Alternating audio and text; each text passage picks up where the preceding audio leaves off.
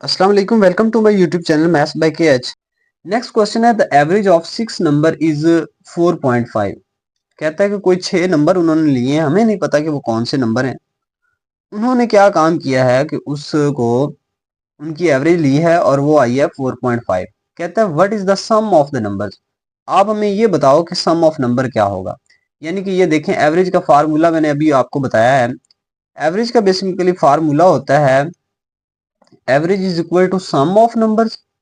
यानी कि जितने भी आपने नंबर्स की एवरेज लेनी है उनका सम आपने ऊपर लिखना होता है, sum of numbers, and divided by total numbers. यानी कि जितने वो नंबर होंगे उनकी तादाद को आपने नीचे डिवाइड करना होता है। ठीक है। अच्छा, यहाँ पे बेसिकली टोटल नंबर हमारे पास कितने बन रहे हैं? टोटल नंबर हमारे पास 6 बन रहे हैं, क्योंकि उन्होंने क्या काम किया, उन्होंने हमें बताया है कि टोटल हमारे पास 6 नंबर्स हैं और उनकी हमने एवरेज दी है। ओके। अच्छा, एवरेज उन्होंने निकाल के हमें बता दिया, वो है 4.5, which is equal to sum of number हमने फाइंड करना है, और इस सम ऑफ नंबर्स को मैं एस बोल देता हूं। ठीक है, ये हमने फाइंड करना है sum of numbers. Okay, divided by 6 आ जाएगा। यहाँ पे ये जो 6 इधर डिवाइड हो रहा है, ये इधर आके मल्टीप्लाई हो जाएगा दूसरी साइड पे। मल्टीप्लाई होने का ये मतलब है कि ये हमारे पास आ जाएगा 4.5 multiply by 6 which is equal to S, यानी कि सम ऑफ नंबर्स। अगर मैं इसको मल्टीप्लाई करूंगा तो मेरे पास आंसर आ जाएगा 24.0 which is equal to S. और ये हमारे पास सम ऑफ नंबर्स है जो उसने पूछा था। ये एस की वैल्यू नहीं है, वो तो मैंने अपनी मर्जी से उसको लिखा है ना, सम ऑफ नंबर्स को मैंने लिख दिया कि ये एस है। ठीक है। एनीवेज, यहाँ पे हमारे पास एक नेक्स्ट इंपॉर्टेंट सा क्वेश्चन है। काफी सारे क्वेश्चंस आपसे पेपर में पूछे जाते हैं जो कि इस तरह के क्वेश्चंस होते हैं, वर्क के रिलेटेड होते हैं, टाइम के रिलेटेड होते हैं। तो इनको आपने देखना है, इनमें डायरेक्ट का और इनवर्स का रिलेशन हम यूज कर रहे होते हैं। इनको अच्छे से आपने समझ लेना है इसको। देखें, सबसे पहले हमारे पास ये क्वेश्चन है, अ machine makes 1280 parts in 16 hours. कहता है कि एक मशीन है, उसने कोई किसी चीज के पार्ट्स बनाए हैं और वो क्या काम कर रही है, मशीन के 16 घंटों के अंदर 1280 पार्ट्स बना देती है। How many parts would it make. कहता है कि वो कितने ज्यादा पार्ट्स बना लेगी in working week of 44 hours. अगर उसके पास 44 आवर्स हों तो उसमें वो कितने पार्ट्स बना लेगी। अब देखें, एक तो आपके पास पार्ट्स दिए हुए हैं, दूसरे नंबर पे आवर्स हैं। आपने दूसरी बात ये करनी है कि आपने पार्ट्स फाइंड करने और आवर्स आपको बताए गए हैं। यानी कि एक तो यहाँ पे मैं लिख देता हूँ कि मेरे पास पार्ट्स गिवन है, और साथ में इसकी रेशो ले लेनी है आपने आवर्स के साथ। ठीक है। अब यहाँ पे देखें, ये बड़े आसान से क्वेश्चंस होते हैं लेकिन बच्चे इसको समझते नहीं है, जिस वजह से उनको मुश्किल लगते हैं। पार्ट्स हमारे पास टोटल उन्होंने तैयार किए हैं 1280, एंड कितने आवर्स में उन्होंने तैयार किए हैं, 16 आवर्स में। अब वो कहता है कि अगर 16 आवर्स की बजाय 44 आवर्स तक वो मशीन जो है वो काम करे तो कितने पार्ट्स तैयार करेगी, how many parts will would it make. अब जितने वो तैयार करेगी उसको मैंने एक्स कह दिया है, क्योंकि मुझे पता नहीं है। हमेशा मैं बताता रहता हूँ कि जो चीज आपने फाइंड करनी होती है इसका आपने रिलेशन डायरेक्ट का रखना होता है, यानी कि ऊपर की तरफ एरो का निशान बनाना है। लेकिन ये जो दूसरा होता है ना, इसको आपने थोड़ा सा समझना है। कैसे भला, देखें, अगर एक मशीन है वो 16 घंटों में 1280 पार्ट्स बना रही है, तो अगर वो ज्यादा देर तक चलेगी तो जाहिर सी बात है वो ज्यादा पार्ट्स बना लेगी। इसका मतलब ये हुआ कि अगर आपने टाइम उसका बढ़ाया है तो उसके पार्ट्स भी बढ़ रहे हैं। टाइम बढ़ने से उसके पार्ट्स भी जो हैं, उसकी जो प्रोडक्शन है वो भी बढ़ रही है। तो इसका मतलब है कि ये भी डायरेक्ट का रिलेशन होगा और इसका साइन भी ऊपर की तरफ होगा। अब ये दो तरह के रिलेशन होते हैं, डायरेक्ट का होता है और इनवर्स का होता है। साथ साथ आपको बताता चलूं, अगर दोनों सेम काम हो रहे हैं, यानी कि एक चीज के बढ़ाने से दूसरी बढ़ जाए या एक चीज के कम करने से दूसरी भी कम हो जाए, तो उसको हम कहते हैं कि ये डायरेक्ट का रिलेशन है। ओके। अब ये एनीवेज हमारे पास डायरेक्ट का रिलेशन है। यहां से देखें इसको, अब क्वेश्चन को जो है सॉल्व करना बड़ा सिंपल है। जहां से एरो का साइन स्टार्ट हो रहा है वो है एक्स, और जहां पे खत्म हो रहा है वो हो रहा है 1280 पे। जो जहां से स्टार्ट हो रहा होता है वो पहले आपने लिख लेना है, और जहां पे एंड हो रहा है उसको बाद में लिख लेना है। यानी कि एक याद रखने के लिए मैंने आपको बताया है।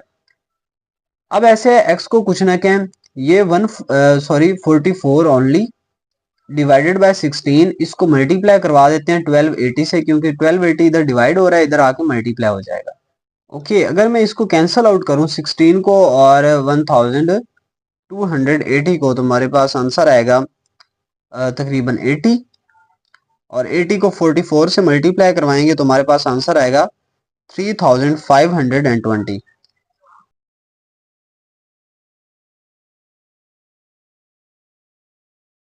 इसका मतलब ये हुआ कि वो वाली जो मशीन है वो 44 घंटों के अंदर 3520 पार्ट्स जो हैं वो तैयार कर लेगी। लेकिन जी नेक्स्ट हमारे पास क्वेश्चन है, concrete consist of sugar sand and screening in the ratio of 1:5:4, what is the percentage of sand mixed. कहता है कि कोई कंक्रीट है, उसमें शुगर सैंड और स्क्रीनिंग मिक्स की हुई है, और उसकी रेशो भी उन्होंने हमें यहाँ पे बता दी है। हमसे पूछता है कि आप हमें ये बताएं कि उसमें जो सैंड मिक्स की गई है ना, बस उसकी हमें परसेंटेज बताएं कि वो कितने परसेंट मिक्स की गई है। ओके, अब यहाँ पे ना रेशो जो होती है बेसिकली, ये हमारे पास गिवन है RATIO ratio, which is equal to, उन्होंने हमें बताई है 1:5:4। ये हमारे पास रेशो है। 1 जो है ये बेसिकली शुगर की है रेशो, और उसके बाद जो है सैंड की रेशो है 5, और उसके बाद स्क्रीनिंग की रेशो हमारे पास है जो 4 है। ठीक है, अब हमारे पास जो है ना, हमने इसका सम ले लेना है। अभी बताता हूँ क्यों सम ले लेना है। सम ऑफ रेशो फाइंड कर लेते हैं। सम ऑफ रेशो अगर हम लेंगे तो सम ऑफ रेशो आ जाएगा, यानी कि 1+5+4, तो ये हमारे पास टोटल रेशो निकल आएगी। ठीक है, जो कि हमारे पास बेसिकली 10 आएगी। अब ये टोटल रेशो जो है ये हमारे पास 10 है, और टोटल में से अगर हम इसकी यानी कि सैंड की अगर परसेंटेज निकालना चाहें तो कैसे निकालेंगे। हमारे पास जो सैंड है बेसिकली सैंड इन परसेंटेज। अब यहाँ पे मैं अभी आपको ये क्लियर करता हूँ। सैंड इन परसेंटेज अगर आप निकालना चाहें तो 5/10 करेंगे और मल्टीप्लाई बाय 100 कर देंगे। अब मैं यहाँ से आपको समझाता हूँ। ये 100 से मल्टीप्लाई मैंने किया है क्योंकि मैं इसको परसेंटेज में निकालना चाहता हूँ, और 5/10 करने का ये मतलब है, देखिए अगर आपके पास कोई, मैं अक्सर ये एग्जांपल देता हूँ, अक्सर तकरीबन हर क्वेश्चन में इस तरह की एग्जांपल देता हूँ जो मैं ये वाले करता हूँ परसेंटेज के रिलेटेड। अगर आपके पास कोई पेपर हो ना 50 नंबर का, और आपके उसमें से यानी कि 48 मार्क्स आ जाते हैं, तो आपकी टीचर ऐसे लगाती होती है 48/50, यानी कि टोटल नीचे आप डिवाइड करते होते हैं और ऊपर आप लिखते होते हैं उसका पार्ट, यानी कि जितने आपने हासिल किए होते हैं। इसी तरीके से आपने अगर, और इसको फिर मल्टीप्लाई करते होते हैं 100 से, तो हमारे पास परसेंटेज आ जाती होती है। इसी तरीके से आपने चूंकि सैंड की परसेंटेज निकालनी है, तो सैंड की जो रेशो है वो आपने उसको डिवाइड कर देना है अपनी टोटल रेशो के ऊपर, सम ऑफ रेशो के ऊपर, और फिर मल्टीप्लाई 100 कर देना है। ठीक है, टोटल रेशो के ऊपर आपने जो है सैंड की रेशो को डिवाइड कर दिया और मल्टीप्लाई बाय 100 किया, और हमारा आंसर आ जाएगा। और बेसिकली इसको अगर मैं मल्टीप्लाई करवाऊंगा तो कैसे, 10 1 10, 10 10 100, और 10 5 50। तो बेसिकली जो सैंड की रेशो है, परसेंटेज है, वो 50% है। उसमें सैंड जो है वो 50% इंक्लूड है। ओके, एनीवेज नेक्स्ट क्वेश्चन की तरफ चलते हैं। देखिए यहाँ पे क्वेश्चन में कहा गया द वैल्यू ऑफ दिस, कि ये एक एक्सप्रेशन दी हुई है यहाँ तक एक, कहता है कि इसकी आप वैल्यू निकाल के दें। अच्छा, मैंने कुछ भी नहीं किया, पहले स्टेप के अंदर मैंने वो वाली एक्सप्रेशन सेम टू सेम इधर लिख दी है। अब बात यह है कि ये वाली जो एक्सप्रेशन है ना, इसमें ये वाला एक फैक्टर और एक ये वाला फैक्टर, यानी पहला और दूसरा फैक्टर, ये आपस में मल्टीप्लाई हो रहे हैं। ब्रैकेट्स लगी हुई हैं, दरमियान में ब्रैकेट्स के कुछ भी नहीं है, तो इसका मतलब है कि ये आपस में मल्टीप्लाई हो रही हैं। अब मल्टीप्लाई करने का ये मेथड होता है कि आपने ऐसे करना होता है कि आपने इसकी जो पहली वैल्यू होती है ये वाली 5x, इसको मल्टीप्लाई करवाना होता है इस पूरी वैल्यू के साथ, फिर 6 को भी मल्टीप्लाई करवाना होता है इस पूरी वैल्यू के साथ। तो मैंने बारी बारी इसको मल्टीप्लाई करवाया, यानी कि 5x को पहले मैंने मल्टीप्लाई कर दिया x+12 से। बेसिकली यहाँ पे इस दूसरे स्टेप के अंदर मैंने मल्टीप्लाई किया नहीं है, बस लिख दिया कि मैं मल्टीप्लाई करवाऊंगा। इसी तरीके से मैंने 6 को भी लिख दिया है कि मैं x+2 से मल्टीप्लाई करवाने लगा। ओके, अब इसके बाद आता है माइनस, जो ऊपर वाली वैल्यू में यहाँ पे माइनस दिया हुआ है ये वाला। ये माइनस सेम टू सेम इधर लगा दिया। इसके बाद मैंने ये ब्रैकेट्स लगाई हैं। ब्रैकेट्स इसलिए लगाई हैं कि ये वाला जो माइनस है ना, जब ये अंदर मल्टीप्लाई होगा हर वैल्यू के साथ तो उनके साइन चेंज करेगा, इसलिए ये ब्रैकेट लगाना ज़रूरी थी। जब भी माइनस आए और माइनस के बाद 2 या 2 से ज़्यादा वैल्यूज़ हों तो फिर ब्रैकेट लाजमी लगाया करें। अगर एक ही वैल्यू हो तो फिर खैर है, लेकिन 2 या 2 से ज़्यादा हों, यहाँ पे तो 2 से ज़्यादा हैं बल्कि 4 हैं, 1 2 3 और 4 वैल्यूज़ हैं टोटल। ठीक है, अच्छा बहरहाल यहाँ पे ये माइनस और उस तरीके से फिर से इसको हमने मल्टीप्लाई करवाना है। जो 5x है ये मल्टीप्लाई होगा पहले इस पूरी वैल्यू के साथ, यानी कि x+3 के साथ, और फिर जो माइनस का ये 6 दिया हुआ है ये वाला, ये माइनस का 6 मल्टीप्लाई होगा उस पूरी वैल्यू के साथ ये वाला। ओके, इसको मैंने बारी बारी इसको भी लिख दिया है लेकिन मल्टीप्लाई अभी करवाया नहीं है। अब ऐसे है कि यहाँ पे मैं इसको मल्टीप्लाई करवाऊँगा। भला कैसे? ये मेरे पास है 5x, जब इसको मल्टीप्लाई करूँगा x से तो ये 5x का स्क्वायर हो जाएगा। फिर यही 5x मल्टीप्लाई होगा 12 के साथ तो 12 5 60 आ जाएगा और x साथ में। अब इस 6 की बारी, 6 को x से मल्टीप्लाई किया तो 6x, और 6 जब 12 से मल्टीप्लाई होगा तो 72। ये दरमियान वाला माइनस वैसे का वैसे।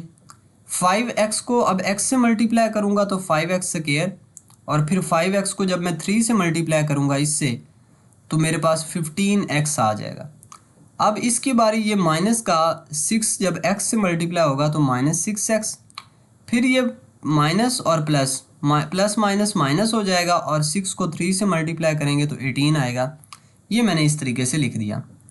अब यहाँ पे देखें तो ये मेरे पास ये 5x square same to same, ये 60x और ये 6x दोनों को ऐड किया तो टोटल मेरे पास बन जाएंगे 66x। ओके, ये 72 सेम टू सेम। अभी ये वाला जो माइनस है दरमियान में आगे आ रहा है, ये माइनस क्या काम करेगा, अगले सभी वैल्यूज़ के साइन चेंज करेगा। ओके, अगर ये चेंज करेगा तो कैसे? ये प्लस का 5x स्क्वायर है, इधर माइनस का 5x स्क्वायर, क्योंकि ये मल्टीप्लाई हो रहा है ना, इसके साथ प्लस है यहाँ पे, तो plus minus minus 5x square. फिर ये माइनस जब इस प्लस से मल्टीप्लाई होगा फिर से माइनस का 15x, ये माइनस इस माइनस से मल्टीप्लाई होगा तो प्लस बन जाएगा। तो इस तरीके से ये सभी के साइन चेंज कर रहा है। ओके, अब इस स्टेप के बाद हम क्या करेंगे, इसको हम ऐड करेंगे, जो चीज़ें ऐड होती हैं उनको ऐड करेंगे। 5x स्क्वायर है यहाँ पे प्लस का और यहाँ पे एक माइनस का है, ये आपस में दोनों कैंसिल हो जाएंगे। ओप्स,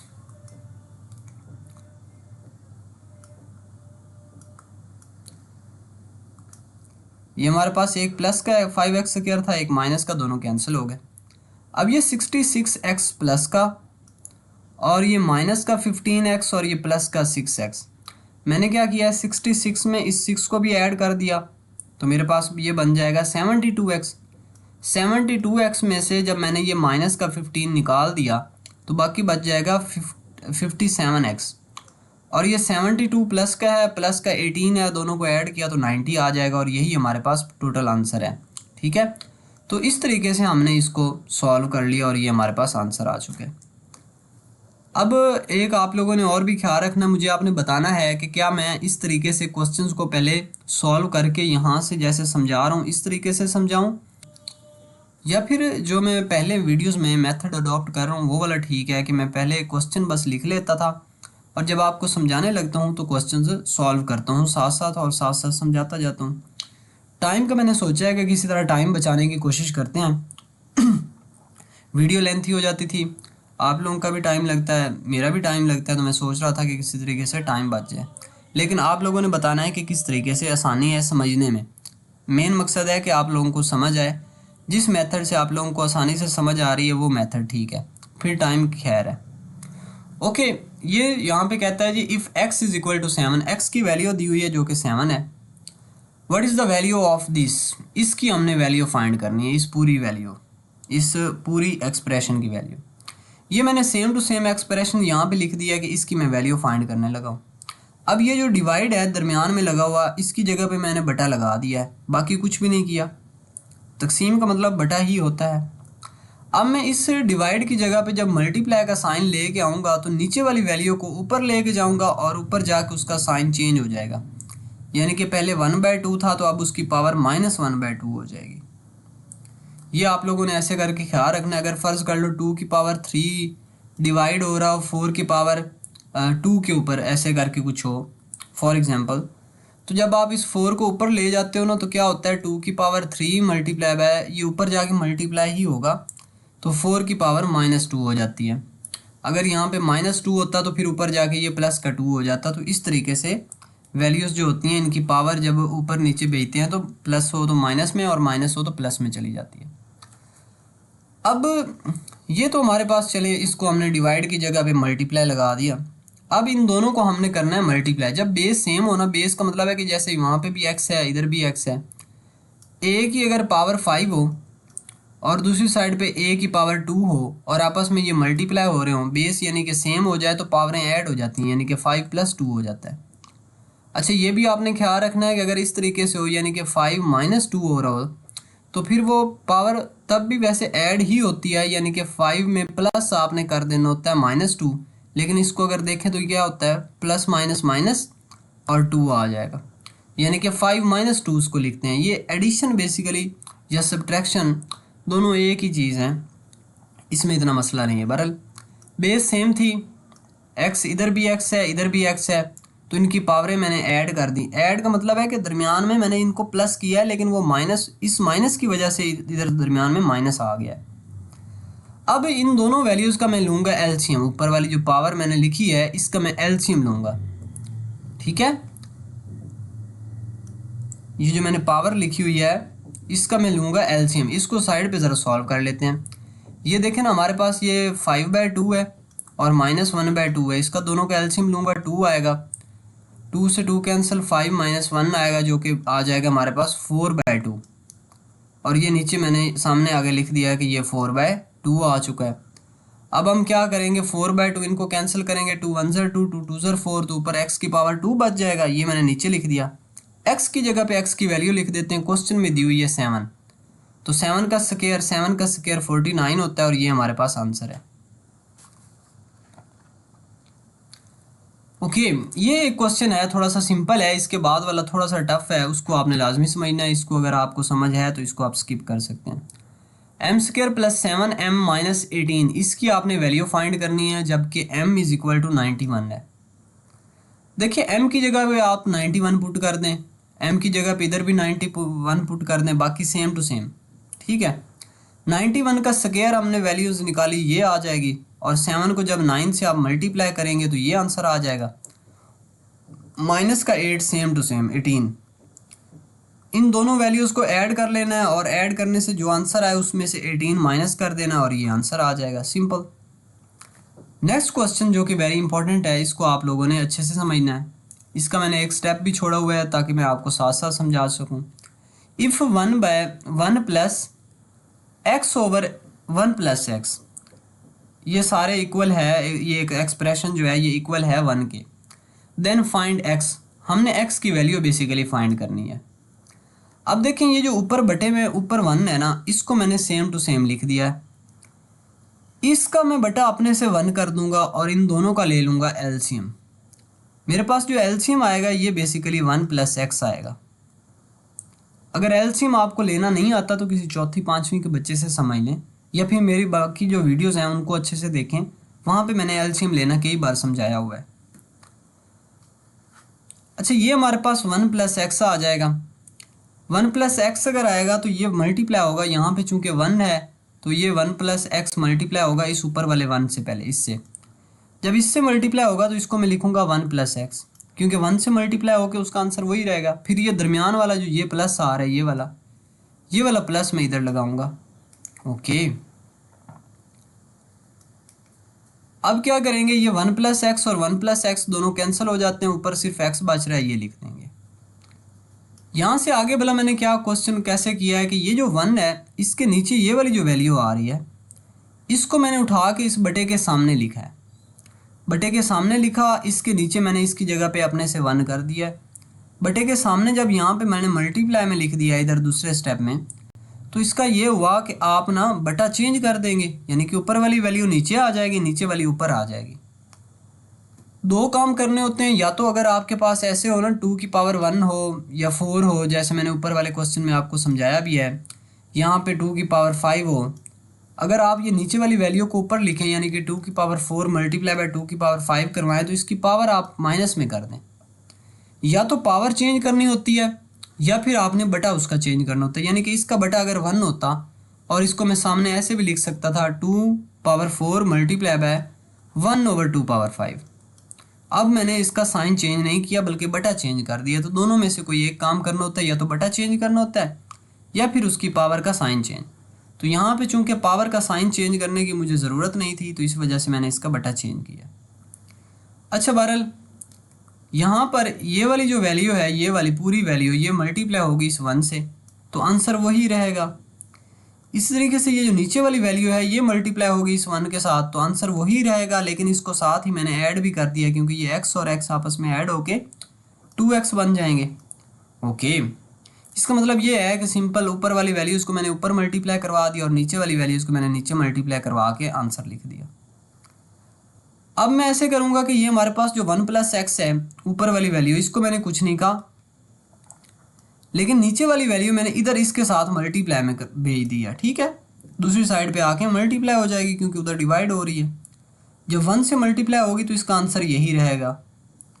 अब मैं क्या करूँगा, x वाली वैल्यूज़ को इधर एक साइड पे इकट्ठा कर लिया, ये जो प्लस का x है इधर आके माइनस का x बन चुका है, और ये मेरे पास जो 1 इधर है ये वाला दूसरी साइड पे जाके माइनस का 1, तो 1 - 1 किया तो 0, और ये 2x - 1x इसमें से एक निकाल दिया, बाकी 1x, तो यहाँ से मुझे आंसर मिला x = 0। ओके, ये हमारे पास कुछ थोड़े से टफ क्वेश्चन है। इस तरह के पेपर में अगर आ जाएँ तो अक्सर बच्चे कन्फ्यूज़ हो जाते हैं, लेकिन आप लोगों ने कन्फ्यूज़ नहीं होना। अब इस क्वेश्चन को समझते हैं। If 1/2x + 1/4x + 1/8x is equal to 20, then what is the value of x। हमने x की वैल्यू निकालनी है। अच्छा, ये हमारे पास ना 1/2, ये मैं ना पूरी इस वैल्यू में से x कॉमन ले सकता हूँ, इन तीनों में से x कॉमन ले सकता हूँ।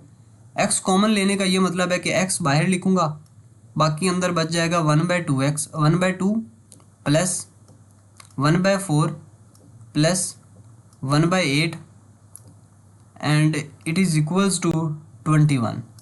ओके, इन तीनों का हम ले लेंगे एलसीएम। एलसीएम लेना मैंने आपको क्वेश्चन नंबर 1 में सिखाया। जिसका एलसीएम लेना हो उसको हम ऐसे करके इकट्ठा लिखते हैं, और इकट्ठा लिखने के बाद उसकी फैक्टराइजेशन कर देते हैं। वैसे इसका एलसीएम 8 आएगा, 2 1 ज़र 2, 2 2 ज़र 4 एंड 2 4 ज़र 8। अब फिर से 2 पे हो सकता है, 1 को कुछ नहीं कहेंगे, 2 1 ज़र 2, 2 2 ज़र 4। अब ये फिर से 2 पे हो सकता है, 1 1 को कुछ नहीं कहेंगे, 2 1 ज़र 2। अब ये 2 × 2 × 2 तो 8 आ जाएगा। इसका मतलब है कि x को कुछ ना कहो, इसका हमने एलसीएम लिया है जो कि 8 आया।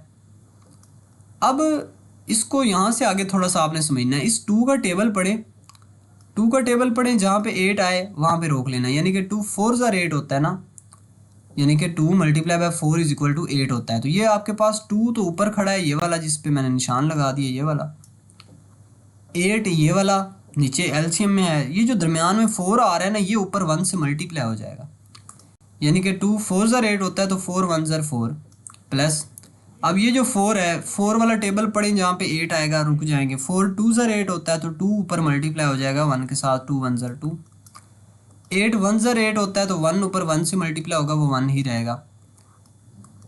एनीवेज ये हमारे पास 21 के इक्वल है। अगर मैं इसको ऐड करूँ ऊपर वालों को, तो 4 + 2 विल बी 6, 6 + 1 विल बी 7, तो ये 7/8 आ जाएगा। और साथ में हमारे पास इसके है x which is equal to 21।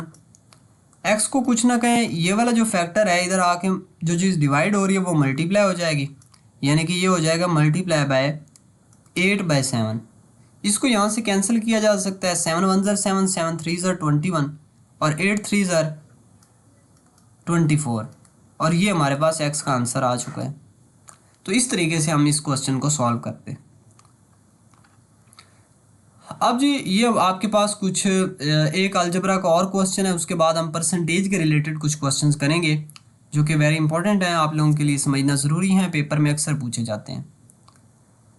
अच्छा यहाँ पे देखें, आपके पास सबसे पहले क्वेश्चन है जी, इफ़ 32 की पावर है x plus y is equal to हो 16 power x plus 2y, then x is equal to, तो आप x की वैल्यू बताओ कि क्या होगी। ओके, ऐसे करते हैं, 32 की ना फैक्टराइजेशन करते होते हैं। 32 की फैक्टराइजेशन जब आप करेंगे ना तो आपको ये पता चल जाएगा, 2 16 ज़र 32 होता है, 2 8 ज़र 16 होता है, 2 4 ज़र 8 होता है, 2 2 ज़र 4 होता है और 2 1 ज़र 2 होता है। यानी कि ये आ जाएगा 2 की पावर 5। 32 को आप लिख सकते हैं 2 की पावर 5, और ऊपर वाली जो पावर है ये वाली मैंने इसको कुछ भी नहीं कहा, बस 32 को मैंने चेंज करके लिख दिया। इसी तरीके से 16 को भी आप लिख सकते हैं 2 की पावर 4, ऊपर वाली पावर को कुछ भी नहीं कहा, वो सेम टू सेम लिख दी। अब हम क्या करेंगे, दोनों साइडों पे बेस सेम करेंगे और हमें वहाँ से कुछ ना कुछ आइडिया हो सकता है कि दोनों का यहाँ से x का आंसर क्या आएगा। ये जो 5 है पावर, ये ऊपर वाली पावर के साथ मल्टीप्लाई हो जाती है। 5 यानी कि x के साथ भी मल्टीप्लाई हो जाएगा और फिर y के साथ भी, 5x प्लस 5y आ जाएगा। इसी तरीके से 4 भी मल्टीप्लाई हो जाएगा, 4x प्लस 4 2 ज़र 8y आ जाएगा। अब हम ऐसे करेंगे, यहाँ से अगर आप दोनों साइडों को कंपेयर करें, यहाँ पे आपके पास 2 आ रहा है और यहाँ भी 2 है, दरमियान में इक्वल है। इक्वल का मतलब ये है कि ये दोनों साइडें बराबर हैं। अच्छा, अगर बराबर है, इनकी बेस सेम है, अगर बेस सेम है तो इनकी पावर भी सेम होनी चाहिए, तभी तो आंसर सेम आएगा। तो हमने यहाँ से लिख दिया कि इसकी पावर सेम है, कि 5x प्लस 5y इक्वल है 4x प्लस 8y के। यहाँ से हमने वैल्यू निकालनी है बेसिकली x की। उन्होंने कहा था कि x की वैल्यू फाइंड करें, तो x वाले हम एक साइड भी इकट्ठे कर लेंगे। ये 4x जो है इधर, ये वाला इधर आके माइनस का 4x, और ये जो 5y प्लस का इधर आके ये माइनस का 5y। इन दोनों को जब हमने माइनस किया तो बाकी बच जाएगा हमारे पास 3y, और ये x का आंसर आ जाएगा। Okay, next question, if 3a minus 5 is equal to 7, what is the value of a। अगर हमारे पास 3a माइनस 5 7 के इक्वल हो तो आप a की वैल्यू बताएं। ये बड़ा सिंपल है, ये मैंने स्टेटमेंट उनकी गिवन वैल्यू लिख दी है जो उन्होंने दिया हुआ है हमें। यहाँ से हम 3a को कुछ नहीं कहेंगे, ये माइनस का 5 इधर भेज देंगे क्योंकि इसकी हमें ज़रूरत नहीं है। हम तो चाहते हैं कि a की वैल्यू आए, तो अगर a की वैल्यू निकालनी है तो एक साइड पे बस a बचना चाहिए, बाकी सारों को हमने बारी बारी दूसरी साइड पे भेजना है। अब ये 7 प्लस 5 किया तो इसका आंसर आ गया 12। ये 3 जो a के साथ मल्टीप्लाई हो रहा है ना, ये दूसरी साइड पे जब भेजेंगे तो डिवाइड हो जाएगा। तो यहाँ से इन दोनों को कैंसिल किया, 3 4 ज़र 12 होता है, 3 1 ज़र 3, तो 4 आंसर आ जाएगा जो कि एक आंसर है, और यही हमने निकालना था। What fraction is exactly midway between 1/3 and 1/4? कहता है कि 1/3 और 1/4 के बिल्कुल एग्जैक्ट दरमियान के अंदर बताएं कौन सी फ्रैक्शन होगी। ओके, अच्छा ऐसे है, ये ना बड़ा सिंपल सा है। इसमें आपने क्या करना होता है, जब भी आप लोगों ने मिड पॉइंट निकालना हो, हमने बेसिकली यहाँ पे मिड पॉइंट निकालना है। तो मिड पॉइंट निकालना हो तो आपने क्या करना होता है, जो आपके पास पॉइंट्स गिवन होते हैं दो, उनको आपने ऐड करके और उसको आपने डिवाइड कर देना होता है 2 के ऊपर, तो आपके पास आंसर आ जाता है। अब देखिए यहाँ पे हमारे पास पॉइंट्स हैं 1/3 और इसमें हम ऐड कर देंगे 1/4। एक बार पहले इसका आंसर निकाल लेते हैं कि ऐड करने से क्या आता है। इसका एलसीएम लेंगे तो एलसीएम हमारे पास आ जाएगा 12 4 3 12। ओके, एलसीएम लेना अगर नहीं आता तो आप लोग मेरी बाकी वीडियोस को देखें, वहां पे एलसीएम लेना मैंने सिखाया हुआ है। अच्छा, यहाँ पे हम इसको लिख देंगे 4 + 3 एंड इसका आंसर हमारे पास आ जाएगा बेसिकली 7/12। ये तो हमारे पास उन दोनों का सम आ चुका है दो पॉइंट्स का, लेकिन हमने इसको डिवाइड करना है 2 के ऊपर, तो यानी कि इसको मल्टीप्लाई करवा देंगे 1/2। अच्छा, इसको 1/2 से मल्टीप्लाई करवा दें या फिर 2 के ऊपर डिवाइड करवा दें, बात एक ही है। अच्छा, ये 7 1 ज़र 7 डिवाइड बाय 12 2 ज़र 24, तो इसका जो बिल्कुल मिड में जो पॉइंट पड़ा होगा 1/3 और 1/4 के दरमियान, वो 7/24 होगा। ये मजीद मैं आपको थोड़ा सा समझा भी देता हूँ। जैसे ये आपके पास नंबर लाइन है, यहाँ पे अगर आपके पास 0 है, यहाँ पे आपके पास -1 है, और यहाँ पे आपके पास यहाँ पे आपके पास +1 है। अगर मैं ये कहूँ आपसे कि -1 और 1 के बिल्कुल दरमियान में बताओ कौन सा पॉइंट है, तो आप क्या करोगे, -1 को और ये वाला नंबर है 1, इसको और इसको यानी कि आप दोनों को ऐड करोगे। ऐड करने के बाद आप 2 पे डिवाइड कर दोगे तो आपके पास मिड पॉइंट निकल आएगा। ये देखिए ऊपर ये और ये कैंसिल हो जाएंगे, यानी कि 0/2, और 0/2 का वही 0 ही तो मतलब है। तो ये 0 जो है ये इन दोनों के दरमियान वाला नंबर है। और इधर भी हमने इसी तरीके से यही फाइंड करना था, तो मैंने दोनों को पहले ऐड करके एक आंसर निकाला और उसको फिर 2 पे डिवाइड कर दिया। ओके, एनीवेज नेक्स्ट क्वेश्चन हमारे पास है, what fractional part of week is 98 hours. इस क्वेश्चन को करने से पहले मैं आप लोगों को ये वाला ऊपर वाला क्वेश्चन करवाऊंगा, फिर इसके बारे में बताता हूँ। कहता है there are 20 boys in a class, 5 of them are left handed, what fraction of class is left handed. कहता है कि टोटल एक एक क्लास है जिसके अंदर टोटल 20 स्टूडेंट्स हैं या 20 बॉयज हैं, ठीक है, स्टूडेंट्स हैं या बॉयज हैं, टोटल हैं 20। और उसमें से कहता है कि 5 स्टूडेंट्स हैं जो कि लेफ्ट हैंडेड हैं। तो आप हमें बताएं कि वो कितनी उनकी उनकी फ्रैक्शन कितनी बनती है। कि अगर आप ये फ्रैक्शन के अंदर किसी को बताना चाहें कि इतने स्टूडेंट हमारे लेफ्ट हैंडेड हैं, तो कैसे लिखेंगे। देखिए फ्रैक्शन का फार्मूला फ्रैक्शन निकालने का ये है बेसिकली कि आपने अगर फ्रैक्शन निकालनी है तो आपने ऊपर लिख लेनी है, आपने वो वाली फ्रैक्शन जो आप जिसकी निकालना चाहते हो, यानी कि हम निकालना चाहते हैं कि 5 स्टूडेंट्स जो है ना वो लेफ्ट हैंडेड है, उनकी आपने फ्रैक्शन निकालनी है, यानी कि 5 लिखूंगा और डिवाइडेड बाय टोटल के साथ करना होता है। टोटल मेरे पास 20 बॉयज हैं, तो इसको अगर मैं कैंसिल आउट करवाऊंगा तो ये मेरे पास आंसर आ जाएगा 1/4। तो इसका मतलब ये हुआ कि 1/4 जो है मेरे पास उस टोटल तादाद में से 1/4 स्टूडेंट्स हैं जो कि लेफ्ट हैंडेड हैं। ओके, तो इस तरीके से आपने फ्रैक्शन निकालनी होती है, यानी कि पार्ट डिवाइडेड बाय होल आपने करना होता है। अब यहाँ पे भी यही है, what fractional part of week is 98 hours. कहता है कि आप हमें ये बताएं कि एक वीक के 98 आवर्स का फ्रैक्शनल पार्ट क्या बनता है। क्वेश्चन को सॉल्व करेंगे तो आपको समझ आएगी। अच्छा यहाँ पे देखिए आपके पास सबसे पहले तो यहाँ पे एक वीक की बात हो रही है और यहाँ पे आवर्स की बात हो रही है, तो हमने वीक को ना आवर्स में लेके जाना है, क्योंकि जब भी आप रेशो निकालेंगे तो आपने हमेशा सेम चीजों की रेशो निकालनी है। तो अगर एक साइड पे आवर्स हैं तो दूसरी साइड पे भी आवर्स, एक साइड पे वीक है तो दूसरी साइड पे भी वीक। अब यहाँ पे चूंकि ज्यादा सारे वीक नहीं है तो इस वजह से हम इसको वीक को कन्वर्ट करके आवर्स में लेके जाएंगे, ताकि हमारे लिए क्वेश्चन को सॉल्व करना भी आसान हो और समझना भी आसान हो। अच्छा, और वहां पे जब पेपर में आएगा तो वहां भी ऐसे ही होगा, ऐसा नहीं होगा कि आपको वो आंसर वहां पे उन्होंने वीक में दिया हो।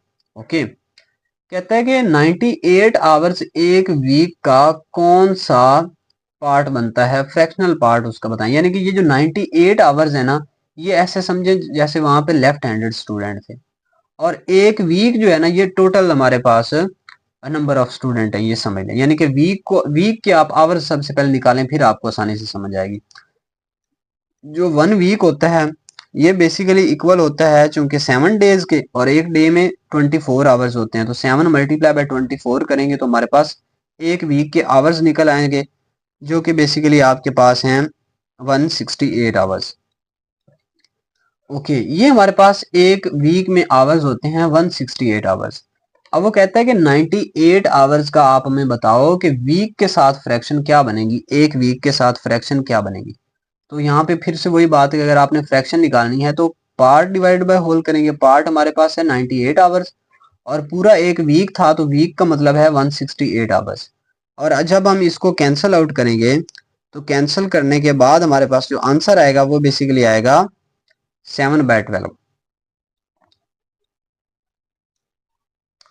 और इसका मतलब ये हुआ कि ये 7/12 जो है ये हमारा राइट आंसर है।